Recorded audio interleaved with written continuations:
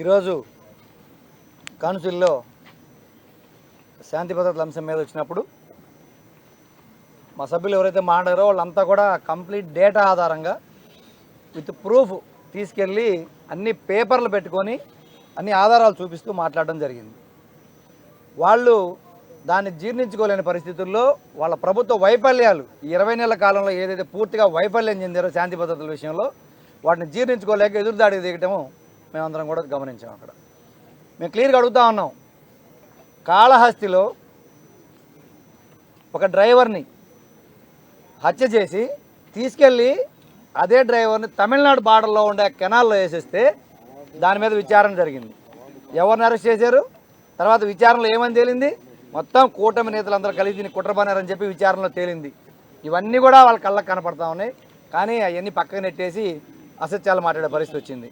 నిన్న ఒక auto driver rowdy sheeter ఎక్కడో యాక్సిడెంట్ అయి చనిపోతే 2000 మంది ఈరోజు రాజధాని అని చెప్పుకునే ఈ ప్రాంతంలో 2000 మంది గంజా బ్యాచ్ ర్యాలీ చేస్తే అసలు ప్రభుత్వానికి తెలిసిందా లేదా అని చెప్పి మేము అడుగుతా ఉన్నాం.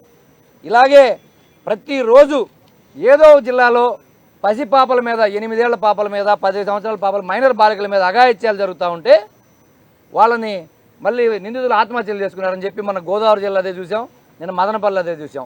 దీన్ని బట్టి ప్రజలు అబ్జర్వ్ చేస్తూ ఉన్నారు.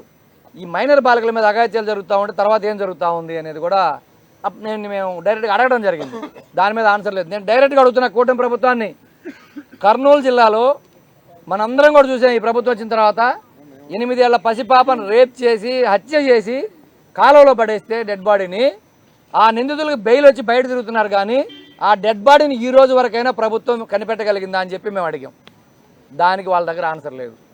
మేము ఆధారాలతో మాట్లాడుతుంటే వాళ్ళు అడ్డగోలుగా మాట్లాడుతున్నారని చెప్పి మేము చెప్తా ఉన్నాం. ఎందుకంటే ఈరోజు హోంమంత్రి గారు ఆధారాలు ఉన్నాయని అడుగుతా ఉన్నారు. ప్రతి దానికి మా దగ్గర ఆధారం ఉంది. నిన్న వారం రోజుల క్రితం ప్రకాశం జిల్లాలో ఒక డీలరు ఇంకొక అధికారి మాట్లాడుకుంటా ఉంటే జేసీ వచ్చి లారీని సీజ్ చేశాడంట, చీఫ్ సెక్రటరీ వచ్చి లారీని ఇడిపించాడంట, మంత్రి అమ్ముకుంటున్నాడు, ఎమ్మెల్యే అమ్ముకుంటున్నాడు బియ్యం అని చెప్పి డైరెక్ట్గా ఆడియోలు ఉన్నాయి. నేను ఎస్పీ గారికి, కలెక్టర్ గారికి, జేసీ గారికి నా ఫోన్ నుంచి నేను పంపించే ఆ వీడియో ఆడియోలు. దాని మీద ఏ చర్య లేదు. ఆధారాలు సాక్ష్యాలు కావాలంటే మేడం నా దగ్గర అన్ని ఆధారాలు ఉన్నాయి, సాక్ష్యాలు ఉన్నాయి. మీ ఎస్పీకి నేను పంపించిన డేటా నేను కావాలి, మీ స్క్రీన్ షాట్లు పెడతా.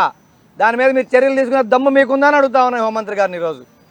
అంటే గళ్ళ గంతలు కట్టుకొని ప్రభుత్వాన్ని మీరు నడుపుతూ మీ డిప్యూటీ సీఎం ఏమో ఒక డిఎస్పీ అవినీతి అధికారి అని చెప్పి భీమవరంలో చెప్తే మీరేమంటారు? మళ్ళీ మీ డిప్యూటీ స్పీకర్ వచ్చేసి లేదు లేదు ఆ అధికారి చాలా ఉత్తమమైన అధికారి అని చెప్పి మీ కూటమి ప్రభుత్వంలోనే ఈరోజు వివృద్ధమైన స్టేట్మెంట్లు ఇచ్చుకుంటూ ఈరోజు ప్రభుత్వాన్ని నడుపుతుంది. మీరు ఏదైతే మీ కూటమిలో ఉన్న ఈ వైఫల్యాల వల్ల ఈరోజు అన్ని వ్యవస్థలు, కార్యనిర్వాహక వ్యవస్థ కానీ అన్ని వ్యవస్థలు దెబ్బతిని పూర్తిగా శాసన వ్యవస్థను కూడా తప్పుదారి పట్టించాలని మీరు చూస్తున్నారు.